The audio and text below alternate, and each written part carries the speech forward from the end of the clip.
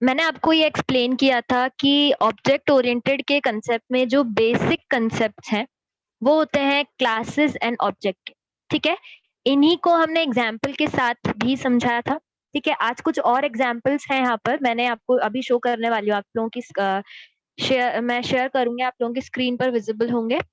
ठीक है? तो अगर मैं बात करूँ क्लास की, तो क्लास तो हमारे पास में एक ब्लूप्रिंट होती है, सिंपल अगर हम जनरल टर्म्स में बोलें, ठीक है?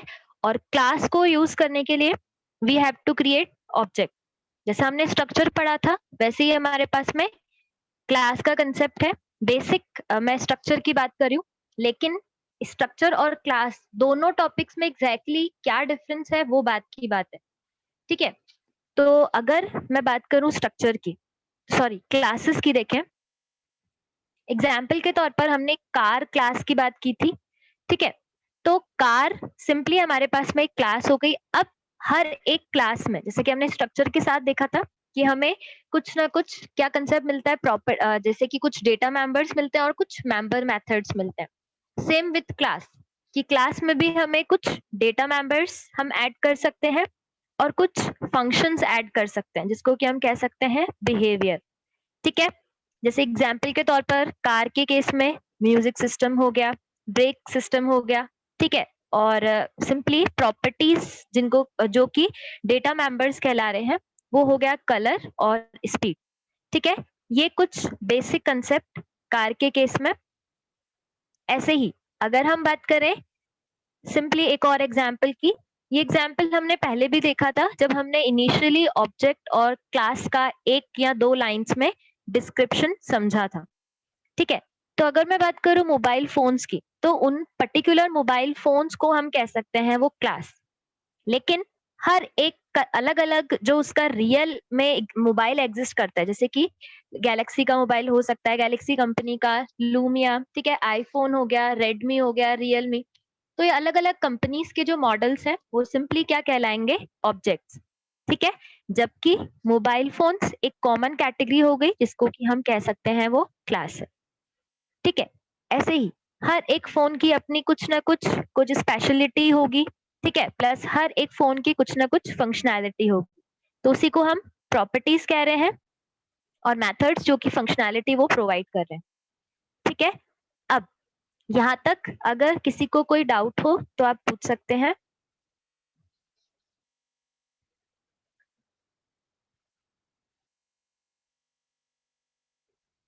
और ऐसे ही अगर हम क्लास का इंटरनल रिप्रेजेंटेशन देखें, तो क्लास एक बंडल हो गया, एक कलेक्शन हो गया। ठीक है? किसका कलेक्शन? कुछ डेटा मेंबर्स का और मेंबर मेथड्स का, जैसे कि मैंने इस डायग्राम में यहाँ पर शो किया है। ठीक है? अगेन क्लास का यूज करके हम क्या कर सकते हैं, user defined data type create कर सकते हैं। जैसे इंटीजर हो गया। ठीक है? ये हमारे पास में क्या है, प्रिमिटिव डेटा टाइप। ये हमें उस लैंग्वेज ने ऑलरेडी प्रोवाइड किया है। ठीक है? ऐसे ही फ्लोट हो गया, कैरेक्टर हो गया, तो ये सारे प्रिमिटिव डेटा टाइप है। इनको अगर हमें यूज करना है तो वेरिएबल क्रिएट करना है। वैसे ही अगर हमें क्लासेस की बात करें, तो classes basically user defined data types को क्रिएट करने का एक तरीका है, जैसे हमने स्ट्रक्चर के साथ देखा था। और अगेन क्लास को यूज करने के लिए हमें ऑब्जेक्ट्स क्रिएट करने होते हैं। हम कितने भी ऑब्जेक्ट्स क्रिएट कर सकते हैं एक क्लास के। ठीक है? ऐसे ही अगर हम बात करें डेटा मेंबर्स की, तो बेसिकली डेटा मेंबर्स हम किनको कहते हैं,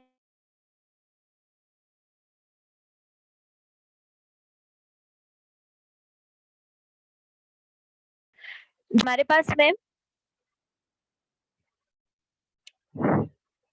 कुछ बेसिक जो डेटा मेंबर्स हैं वो किसी भी डेटा टाइप को बिलोंग कर सकते हैं। ठीक है? इसके अलावा हमारे पास में फंक्शंस भी एग्जिस्ट करते हैं क्लास में, वो भी क्लास का पार्ट होते हैं। ठीक है? जैसा हमने स्ट्रक्चर के साथ देखा था, वैसे ही यहाँ पर फंक्शंस भी हम क्लास में क्रिएट कर सकते हैं। ठीक है? ऐसा कुछ क्लासेस का कंसेप्ट आप लोग शायद जावा में भी पढ़ रहे होंगे। और अगर हम बात करें मेंबर फंक्शन की, तो उनको हम क्यों क्रिएट करते हैं, ताकि हम डेटा मेंबर्स को क्या कर पाए, एक्सेस कर पाए। ठीक है? अब एग्जैक्टली यहाँ पर मेंबर फंक्शन, जैसे कि हमने स्ट्रक्चर के केस में देखा था कि अगर हमें डिटेल्स को प्रिंट करवाना है तो हम शो मेथड क्रिएट कर सकते हैं। वैसे ही हमारे पास में फंक्शन बनाने के बहुत सारे रीजन है एक पर्टिकुलर क्लास में। क्या रीजन है वो हम आगे कंटिन्यू डिस्कस करेंगे। बट अभी अगर मैं फंक्शंस की बात करूं तो फंक्शंस को हम जनरली कुछ कैटेगरीज में डिवाइड कर सकते हैं। ठीक है, अगर हम देखें तो सिंपली हमने अभी तक फंक्शन देखा है कि फंक्शन बनाने के लिए रिटर्न टाइप होता है, देन फंक्शन का नाम। तो यहाँ तक तो सेम ही है, यहाँ पे कुछ नया नहीं है। बट हम ऐसा कह सकते हैं कि हमारे पास में क्लास में कुछ फंक्शन ऐसे हो सकते हैं, ठीक है, जो कि सिर्फ और सिर्फ क्या करें, कुछ स्पेसिफिक वैल्यूज डेटा मेंबर की वैल्यू को सेट करें। उनको हम कह सकते हैं, उनके लिए एक टर्म होगी यहाँ पर म्यूटेटर। ठीक है, ऐसे ही जो डेटा मेंबर्स क्या कर रहे हैं, मतलब क्लास के डेटा मेंबर्स है, उनको सिर्फ और सिर्फ एक्सेस करने का काम कर रहे हैं। ठीक है, उनको हम कह सकते हैं एक्सेसर मेथड। इन सारे मेथड्स को मैं वन बाय वन आपको एग्जांपल देके एक्सप्लेन करूंगी। बट अभी सिर्फ मैंने कुछ कैटेगरीज आपको बताई है, और जनरल मेथड्स में हम इन दोनों कैटेगरीज को क्या कर सकते हैं, इंक्लूड कर सकते हैं। ठीक है, रिटर्न कर भी रहे हैं, रिटर्न नहीं भी कर रहे हैं, ठीक है, या फिर उनका कॉम्बिनेशन, इस तरह से जो है उनको हम जनरल मेथड्स कह सकते हैं। ऐसे ही अगर एक एग्जाम्पल की बात करें तो जैसे कि हमारे पास में क्लास एक बंडल है, ठीक है, किसका, डेटा मेंबर्स और फंक्शन। तो क्लास को यूज करने के लिए हमें ऑब्जेक्ट क्रिएट करने पड़ते हैं। तो एक ऑब्जेक्ट भी, वो अगर हम ऑब्जेक्ट की बात करें तो ऑब्जेक्ट के साथ भी हम डेटा मेंबर्स को और फंक्शंस को यूज कर सकते हैं। तो देखें, मैंने इस डायग्राम में एक ऑब्जेक्ट यहाँ पे जो टर्म यूज की है, उसी के साथ मैंने डेटा मेंबर और फंक्शन टर्म दोनों को क्या कर दिया है, बाइंड कर दिया है। ठीक है, क्योंकि क्लास का पार्ट है डेटा मेंबर और फंक्शन, यूज करने के लिए हमें ऑब्जेक्ट क्रिएट करना है। तो ऑब्जेक्ट के साथ हम इन डेटा मेंबर्स और फंक्शंस को डेफिनेटली यूज कर सकते हैं। अब यहाँ तक किसी को कोई डाउट हो तो आप पूछ लीजिए। आई होप जो मैं समझा रही हूँ वो आप लोगों को क्लियर हो।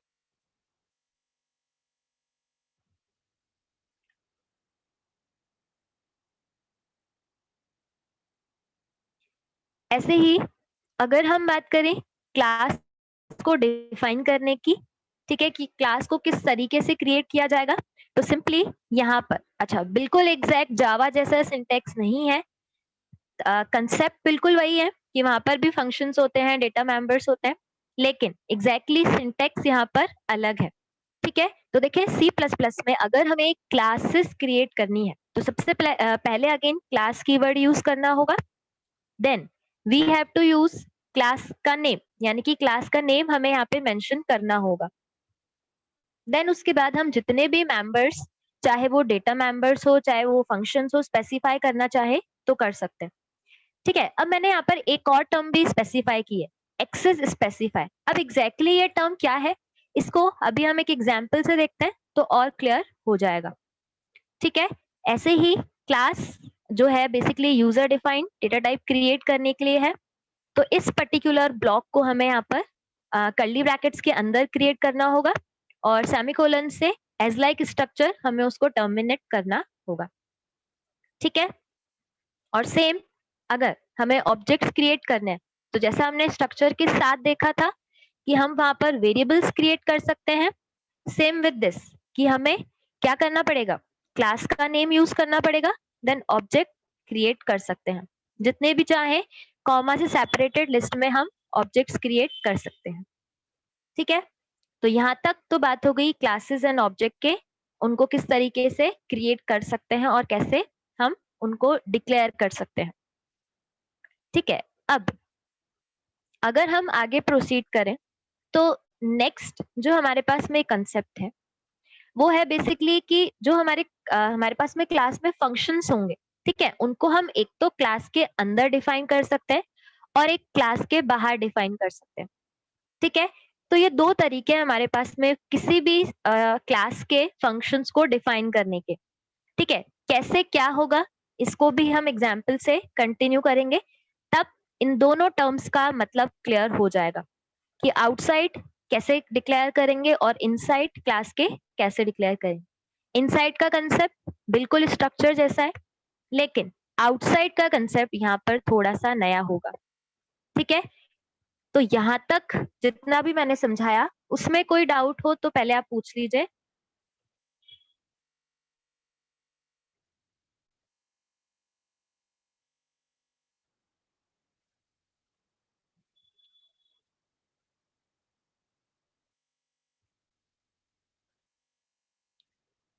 अब अगर हम बात करें, यहाँ पर हमारे पास में एक टर्म होती है एक्सेस स्पेसिफायर, जैसे कि मैंने क्लास के डिक्लेरेशन के टाइम भी यहाँ पर ये पर्टिकुलर वर्ड्स पुट किए हैं। अब इनका एग्जैक्टली क्या मतलब है, देखें इसको एक एग्जाम्पल से समझते हैं। जैसे यहाँ पर मैंने क्या किया है, पिक्सल नाम से एक क्लास डिफाइन की है। ठीक है, अगर मैं क्लास की बात करूं, ठीक है, तो सिंपली जैसे कि क्लास के साथ में हमें क्लास कीवर्ड एंड क्लास का नेम लिखना होता है, ये तो बिल्कुल सेम जैसा कि अभी हमने देखा डिक्लेरेशन करते टाइम। ठीक है, अगर मैं डेटा मेंबर्स की बात करूं तो देखिए डेटा मेंबर्स हमने यहाँ पे ए और बी ये दो डेटा मेंबर्स क्रिएट कर दिए। अब दोनों डेटा मेंबर्स के साथ ही हमने क्या किया, यहाँ पर फंक्शंस भी क्रिएट किए हैं। देखें एक तो फंक्शन मैंने गेट डेटा के नाम से क्रिएट किया है, जैसा हमने स्ट्रक्चर में भी फंक्शंस बनाना देखे थे, वैसे ही हमने यहाँ पे गेट डेटा नाम से एक फंक्शन बनाया है। अभी हम सिर्फ जो मैं आपको समझा रही हूँ फंक्शंस के रिगार्डिंग, पहले वो समझ रहे हैं हम, फिर एक्सेस स्पेसिफायर टॉपिक की बात करते हैं। ठीक है, हालांकि आप लोगों ने एक्सेस स्पेसिफायर वापस से मैं अगर बोलूं तो जावा में ऑलरेडी पढ़ लिए हैं, तो आपको कंसेप्ट में भी शायद क्लियर होगा, लेकिन हम यहाँ पर एक बार उसका छोटा सा रिवाइज उसको कर लेंगे, तो देखते हैं किस तरीके से काम करेंगे। सबसे पहले मैंने यहाँ पे फंक्शंस क्रिएट किए हैं। एक तो गेट डेटा नाम से फंक्शन बनाया है, जो कि क्या करेगा, सिर्फ और सिर्फ वैल्यूज को प्रिंट करेगा। ठीक है, तो डेटा मेंबर्स की जो वैल्यू है अगेन उनको प्रिंट करने के लिए गेट डेटा फंक्शन, और वैल्यूज को अगर सेट करना है तो उसके लिए मैंने सेट डेटा नाम से एक फंक्शन बनाया है।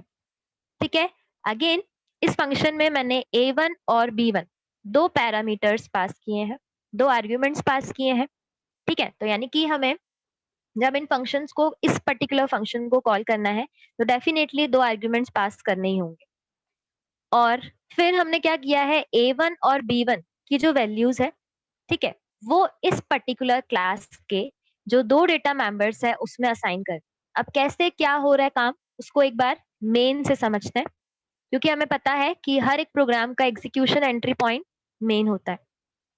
अब जब भी हमें क्लास क्रिएट करनी होती है, तो हमने क्लास तो देखा कि इस तरीके से हम क्रिएट कर सकते हैं, और सेमीकोलन से उस पर्टिकुलर ब्लॉक को हमें टर्मिनेट करना होता है।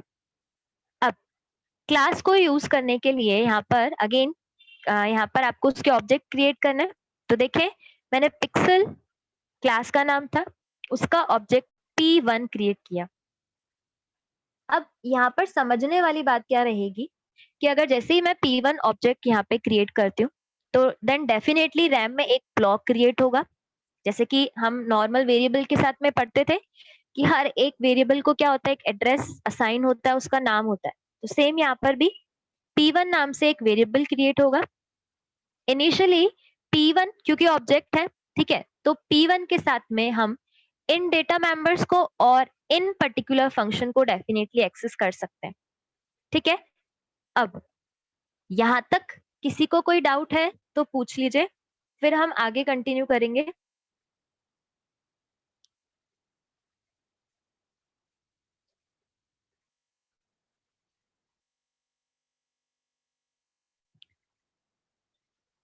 यस, तो देखिए यहाँ पर अगर हम बात करें ऑब्जेक्ट की, तो ये ऑब्जेक्ट रैम में क्रिएट होगा। क्रिएट होने के बाद देखिए इनिशियली मैंने यहाँ पर p1 जो ऑब्जेक्ट है उसके डेटा मेंबर्स में कुछ भी वैल्यू असाइन नहीं की है। डेटा मेंबर कौन से, a और b। ठीक है, तो इनिशियली इन डेटा मेंबर्स में हम कह सकते हैं कि 0 वैल्यूज असाइन है। लेकिन अगर हम बात करें सेट डेटा फंक्शन की, तो देखिए हमने p1 ऑब्जेक्ट के साथ सेट डेटा फंक्शन कॉल किया है और यहाँ पर वैल्यू असाइन की है 10 और 20। तो देखिए अब क्या होगा इस केस में, 10 और 20 जो वैल्यू असाइन हुई, मतलब मैंने जो पास की है, वो यहाँ पर a1 और b1 इन दोनों वेरिएबल्स में असाइन हो जाएगी।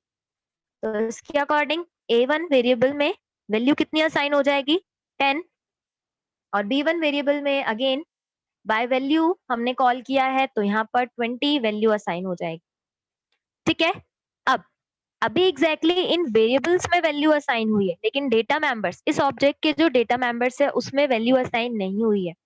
तो देखें डेटा मेंबर्स में वैल्यू असाइन करने के लिए हमने यहाँ पर अगेन असाइनमेंट ऑपरेटर यूज किया।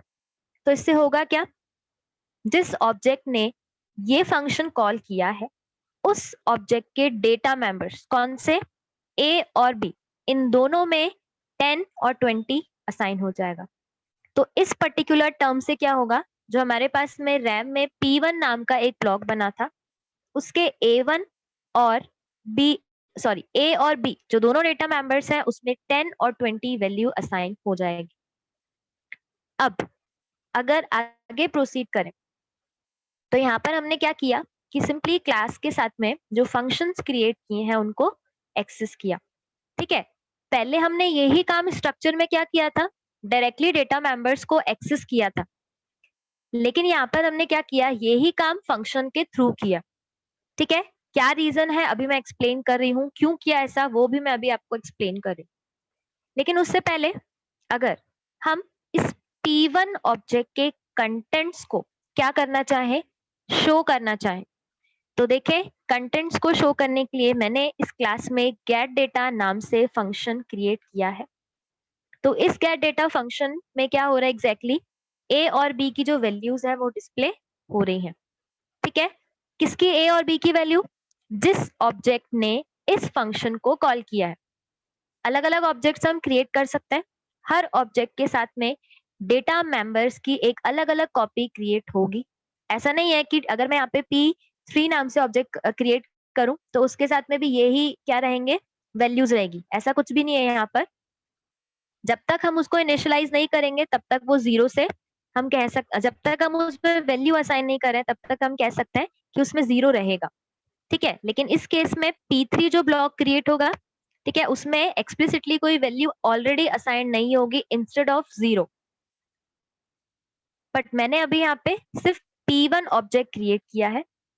अब अगर मैं P1 ऑब्जेक्ट के डेटा मेंबर्स की वैल्यू को डिस्प्ले करवाना चाहूँ तो सिंपली यहाँ पर गेट डेटा नाम का फंक्शन हमने यूज किया। ये गेट डेटा नाम का फंक्शन क्या करेगा, इन वैल्यूज को डिस्प्ले कर देगा। ठीक है, और इसी के साथ जो रिजल्ट्स हैं वो हमें कुछ इस तरीके से डिस्प्ले हो जाएंगे।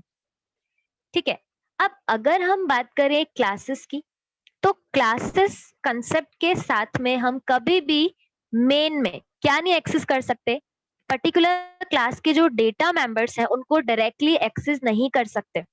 ठीक है, इसका रीजन क्या है, देखें पहले हम क्यों नहीं एक्सेस कर सकते, पहले एक बार देख लेते हैं। अगर हमें एक्सेस करना है तो हमें सिंपली यहाँ पर इस तरीके से लिखना होगा, लेकिन C++ के केस में यहाँ पर बाय डिफॉल्ट अगर आप डेटा मेंबर्स को एक्सेस करते हैं तो ये यहाँ पर क्या करेगा, एरर आपको शो करेगा, कंपाइल टाइम एरर शो करेगा। ठीक है, अब इसका रीजन है एक्सेस स्पेसिफाई। अब वो एग्जैक्टली क्या है इनको समझते हैं।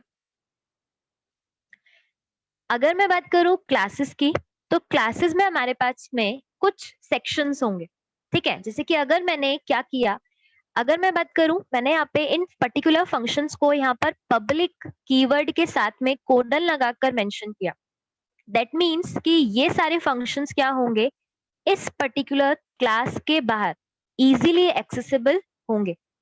ठीक है, जब हम क्लास में कुछ भी मेंबर्स को या डेटा मेंबर्स को, ठीक है, अगर हम पब्लिक एक्सेस, ये एक्सेस स्पेसिफायर है, तो हमने अगर यहाँ पर इसको डिफाइन किया, इन मेथड्स को हमने इस पर्टिकुलर सेक्शन में डिफाइन किया, दैट मीन्स हम क्लास के बाहर उसको एक्सेस कर सकते हैं, यानी कि मेन में हम सिंपली एक्सेस कर सकते हैं। और ये सारे जितने भी मेथड्स हैं वो क्या कहलाएंगे, पब्लिक मेथड्स कहलाएंगे। ठीक है, और ये जो पर्टिकुलर पब्लिक कीवर्ड है ये कहलाएगा पब्लिक एक्सेस स्पेसिफायर। यहाँ पर एक्सेस स्पेसिफाई आपको स्पेसिफाई करने के लिए उस पर्टिकुलर कीवर्ड को लिखना होता है, देन कोलन लगाना होता है। हर फंक्शन के साथ अलग अलग स्पेसिफाई नहीं करना होता है। ठीक है, ऐसे ही अगर मैं बात करूं इन डेटा मेंबर्स की, तो देखिए डेटा मेंबर्स के पहले मैंने कहीं पर भी पब्लिक कीवर्ड नहीं मेंशन किया, तो that means by default class के जो डेटा मेंबर्स हैं वो हमारे पास में क्लास के बाहर यानी कि मेन में एक्सेसिबल नहीं होते हैं। इसका रीजन ये है कि बाय डिफॉल्ट वो क्लास के प्राइवेट डिक्लेरेशन सेक्शन में क्या होते हैं, स्पेसिफाइड होते हैं। ठीक है, इसका मतलब अगर इन मेंबर्स को हमें एक्सेस करना है, कहाँ पर, मेन में, या मैं यूं कहूं कि क्लास के बाहर, तो हमारे पास में तरीका सिर्फ एक ही रहता है। वो तरीका क्या है, फंक्शंस। हम इन फंक्शंस के थ्रू ही क्लास के डेटा मेंबर्स को क्या कर सकते हैं, एक्सेस कर सकते हैं। क्यों ऐसा, क्योंकि बाय डिफॉल्ट क्लास के डेटा मेंबर्स हमेशा प्राइवेट डिक्लेरेशन सेक्शन में स्पेसिफाइड होते हैं। प्राइवेट कीवर्ड यहाँ पर जो मैंने आपको ये कीवर्ड जो यहाँ पर है वो बेसिकली वापस से एक्सेस स्पेसिफायर कहलाता है। ठीक है, और जब हम यहाँ पर डेटा मेंबर्स, हम चाहे तो फंक्शंस को भी यहाँ पर स्पेसिफाई कर सकते हैं इस सेक्शन में, लेकिन इससे होगा क्या कि उन फंक्शंस को हम मेन में एक्सेस नहीं कर पाएंगे, यानी कि क्लास के बाहर एक्सेस नहीं कर पाएंगे। सेम मैं अगर ए और बी की बात करूं तो देखिए विद इन अ क्लास तो मैं डेफिनेटली एक्सेस कर सकती हूँ, लेकिन क्लास के बाहर एक्सेस नहीं हो सकते। तो इसीलिए मैं अगर बात करूं यहाँ पर इसकी, तो ये पर्टिकुलर P1 के साथ में अगर हम ए डेटा मेंबर को यूज करेंगे, इसलिए यहाँ पर C++ में ये कंपाइल टाइम एरर शो करेगा। ठीक है, तो ये यहाँ पर कॉमनली यूज कौन से एक्सेस मॉडिफायर्स हैं या एक्सेस स्पेसिफायर कह सकते हैं, that is private access specifier and public access specifier. यहाँ तक कोई डाउट हो तो पूछ लीजिए, और अगर हम किसी को भी कोई डाउट है तो आप पूछ लीजिए।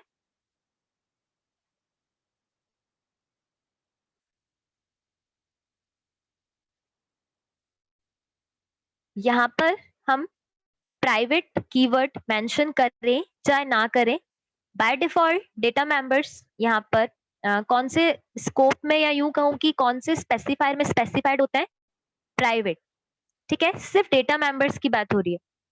लेकिन अगर मैं यहाँ पर मेथड्स को भी क्या करूं, कुछ भी यहाँ पे मेथड के केस में भी पब्लिक कीवर्ड मेंशन ना करूं, तो वो भी बाय डिफॉल्ट प्राइवेट स्कोप, या मैं यूं कहूं कि प्राइवेट एक्सेस स्पेसिफायर का क्या हो जाएंगे, एक तरीके से पार्ट हो जाएंगे। ठीक है, यानी कि क्लास के बाहर एक्सेसिबल नहीं होंगे। तो इसलिए क्लास के बाहर एक्सेस करने के लिए यहाँ पर मैंने पब्लिक कीवर्ड मेंशन किया, और यही क्लास का सबसे बेस्ट एडवांटेज है कि स्ट्रक्चर के केस में तो हमने देखा था डेटा मेंबर को हम डायरेक्टली मेन में एक्सेस कर सकते थे, लेकिन यहाँ क्लास में ऐसा पॉसिबल नहीं है। हम डेटा मेंबर्स को क्या नहीं कर सकते, डायरेक्टली क्लास के बाहर एक्सेस नहीं कर सकते। कब, अगर वो पर्टिकुलर प्राइवेट एक्सेस स्पेसिफायर में स्पेसिफाइड है या क्लास के प्राइवेट डिक्लेरेशन सेक्शन में स्पेसिफाइड है तो। ठीक है, और यही कंसेप्ट जो मैं आप लोगों को एक्सप्लेन करने वाली थी एक्सेस स्पेसिफायर का, ठीक है, वो दोनों सेम ही है। यहाँ पर जो एक्सेस स्पेसिफायर है, जिसको कि अभी हमने एग्जाम्पल से समझा, हमारे पास में टोटल 3 एक्सेस स्पेसिफायर होते हैं। मैं C++ की बात कर रही हूँ। एक होता है हमारे पास में प्राइवेट एक्सेस स्पेसिफायर, यानी कि एक्सेस स्पेसिफायर का मतलब कि हम उन पर्टिकुलर डेटा मेंबर्स को या फंक्शन को कहाँ कहाँ एक्सेस कर सकते हैं। ठीक है, तो इस पर्टिकुलर एक्सेस स्पेसिफायर को यूज करने के लिए हमें प्राइवेट कीवर्ड का यूज करना पड़ेगा, और जब हमने क्लास के साथ में प्राइवेट कीवर्ड अगर नहीं भी लगाया तो बाय डिफॉल्ट वही कंसिडर किया जाएगा। ठीक है, यहाँ तक किसी को कोई डाउट हो तो आप पूछ सकते हैं।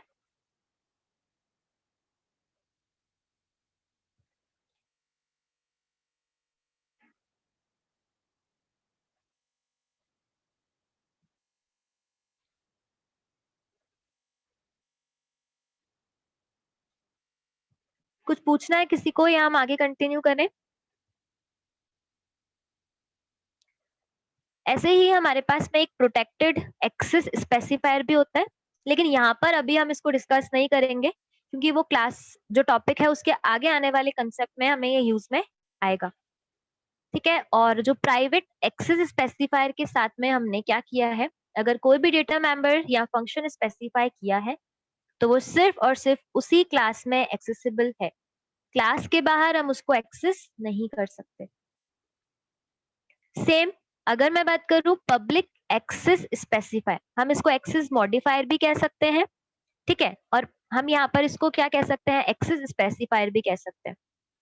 तो अगर हमें क्लास के बाहर, ठीक है, या किसी दूसरी क्लास में भी क्या करना है, अगर फंक्शंस को एक्सेस करना है या डेटा मेंबर्स को भी अगर आप एक्सेस करना चाहें तो आपको प्राइवेट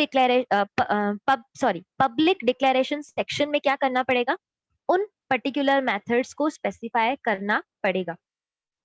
ठीक है, तो ये हमारे पास में तीन तरह के एक्सेस स्पेसिफायर या एक्सेस मॉडिफायर कहलाते हैं।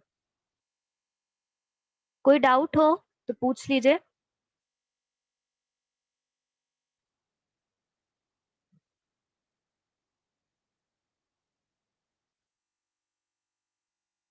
ऐसे ही मैंने यहाँ पर कुछ डायग्राम यहाँ पे मेंशन किए हैं कि अगर हमने एक टेस्ट नाम से क्लास बनाई, अगर उसमें ए और बी दो डेटा मेंबर्स हैं और अगर हम मेन में क्या कर रहे हैं, डिफरेंट डिफरेंट ऑब्जेक्ट्स क्रिएट कर रहे हैं, तो हर एक ऑब्जेक्ट के साथ में इन डेटा मेंबर्स की एक अलग अलग कॉपी क्रिएट होती है।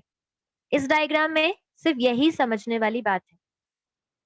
जैसे यहाँ पर अलग अलग ऑब्जेक्ट्स हैं, ठीक है, तो ये वाला ऑब्जेक्ट जो है यहाँ पर अगेन इसके साथ में ए और बी की अलग कॉपी क्रिएट होगी, इस ऑब्जेक्ट के साथ में इन डेटा मेंबर्स की अलग कॉपी क्रिएट होगी।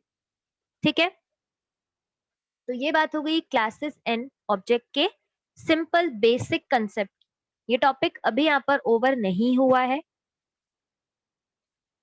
ऐसे ही अगर मैं बात करूं पब्लिक एक्सेस स्पेसिफायर में स्पेसिफाइड कोई भी फंक्शन वो सारी क्लासेस में एक्सेसिबल है। एक प्रोग्राम में हमने अगर 10 क्लासेस बनाई है तो भी एक्सेसिबल है, मेन में भी एक्सेसिबल है। ठीक है, लेकिन प्राइवेट एक्सेस स्पेसिफायर के साथ हमने जो भी डेटा मेंबर्स या फंक्शन स्पेसिफाई किए हैं वो सिर्फ और सिर्फ उसी क्लास में एक्सेसिबल है, क्लास के बाहर हम उसको कभी भी यूज नहीं कर सकते, जो कि अभी हमने समझा था एक प्रोग्राम के थ्रू। यहाँ तक कोई डाउट हो तो आप पूछ सकते हैं। अभी सिर्फ दो एक्सेस स्पेसिफायर का यूज मैंने आपको एक्सप्लेन किया है, that is public and private, जबकि टोटल 3 होते हैं।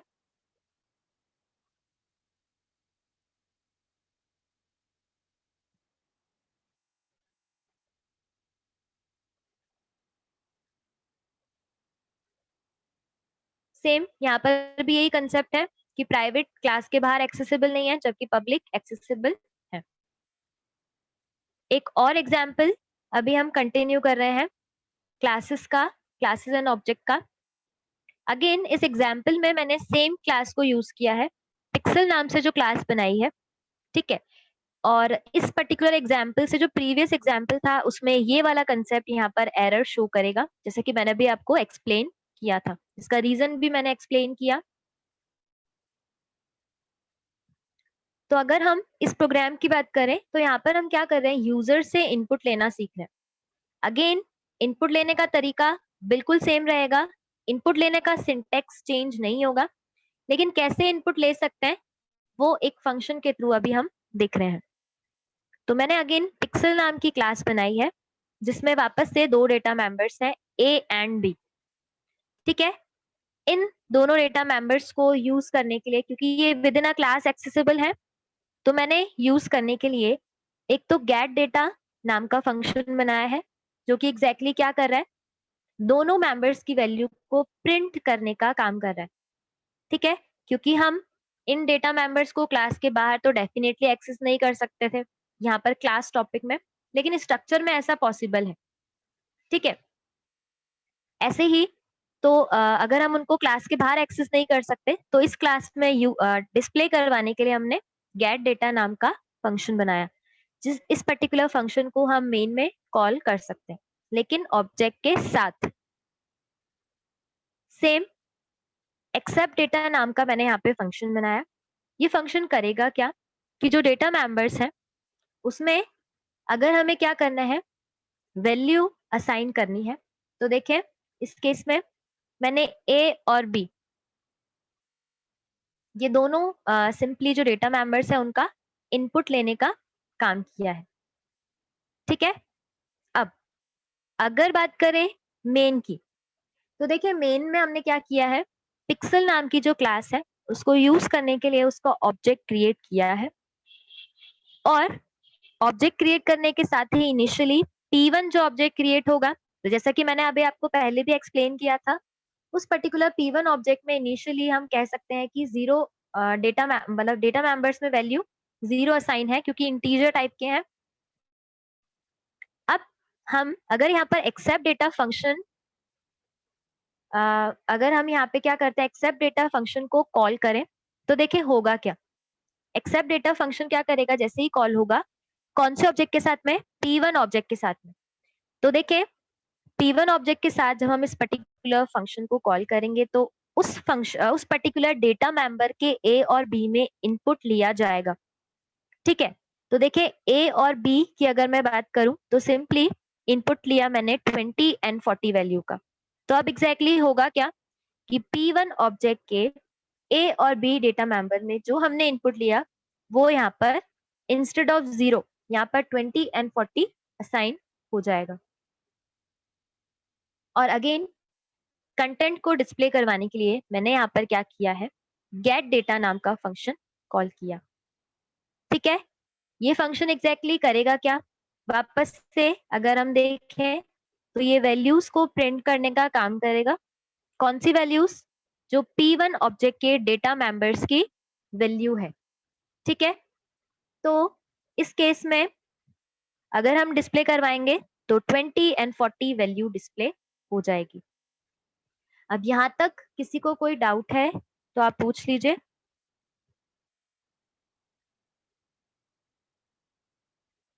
आई होप आप लोगों को ये समझ आ रहा होगा कि हम एग्जैक्टली क्या कंसेप्ट यहाँ पर समझ रहे हैं।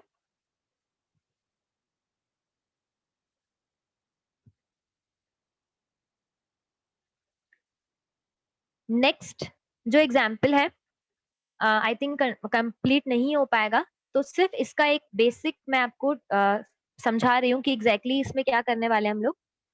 यहाँ पर अगर मैं बात करूँ इस पर्टिकुलर प्रोग्राम की, तो यहाँ पर हम एक्सेसर और म्यूटेटर मेथड्स के बारे में समझने वाले हैं।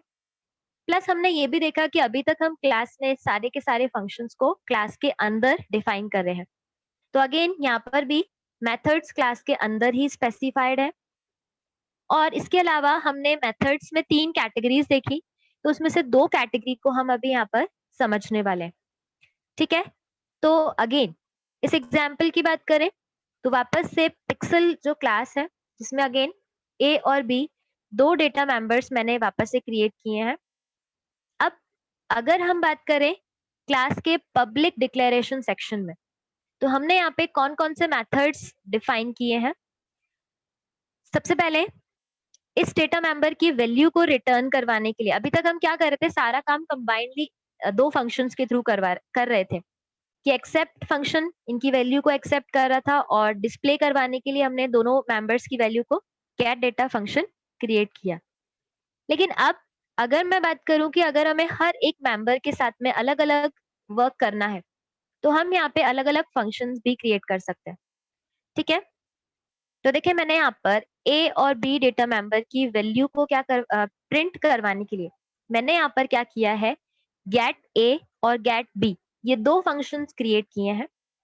जब कोई फंक्शन यहाँ पर क्लास में हम क्रिएट कर रहे हैं और सिंपली वो डेटा मेंबर की वैल्यू को क्या कर रहा है, रिटर्न कर रहा है, तो उस पर्टिकुलर फंक्शन को हम कह सकते हैं एक्सेसर मेथड।